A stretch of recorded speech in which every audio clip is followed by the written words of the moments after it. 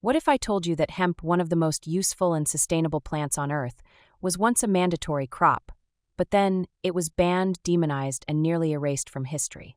The fight to legalize hemp has been a battle of misinformation, politics, and corporate interests, and even though we're seeing a comeback today, the journey isn't over. Let's start at the beginning, colonial America. Hemp was so essential to the economy that early settlers were required by law to grow it. The plant was used for ropes, sails, paper, textiles, and even as a form of currency. In fact, both George Washington and Thomas Jefferson grew hemp, recognizing its importance to the newly forming nation. For centuries, hemp remained a staple crop in the United States, until the 1930s, when things took a dramatic turn. Enter the Marijuana Tax Act of 1937, a law that, for the first time, placed heavy restrictions on hemp farming. The reason? Corporate lobbying and political agendas. At the time, hemp posed a major economic threat to industries that relied on timber, cotton, and synthetic fibers. William Randolph Hearst, a powerful newspaper tycoon, owned vast forests used for paper production. Meanwhile, chemical giant DuPont had just developed nylon, a synthetic material that would compete with hemp fibers. Both had a vested interest in eliminating hemp as a competitor. And so, a smear campaign was launched, falsely associating hemp with marijuana. The term reefer madness spread through newspapers and propaganda films, convincing the public that all forms of cannabis were dangerous. The government classified hemp as a Schedule I drug, despite the fact that hemp contains no psychoactive properties.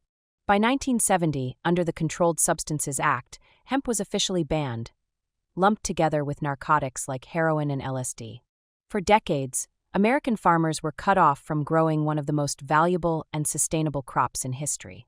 Meanwhile, countries like China, Canada, and European nations continued to cultivate hemp for medicine, textiles, and industry, leaving the U.S. behind. Fast forward to the 1990s and early 2000s, when scientists and activists began pushing back. Research showed that hemp could be used for biofuels, biodegradable plastics, and even carbon-negative construction materials. As the truth resurfaced, lawmakers slowly began rethinking hemp's legal status. Then, in 2018, everything changed. The U.S. Farm Bill was passed, legalizing hemp on a federal level for the first time in over 80 years. Suddenly, farmers could grow hemp for textiles, food, CBD, and industrial applications. And the industry exploded. But the fight isn't over. Despite federal legalization, many states still have confusing or restrictive regulations on hemp farming and hemp-derived products. Some states still limit CBD production, while others ban certain forms of hemp-based biofuel and construction materials. And then there's global legalization.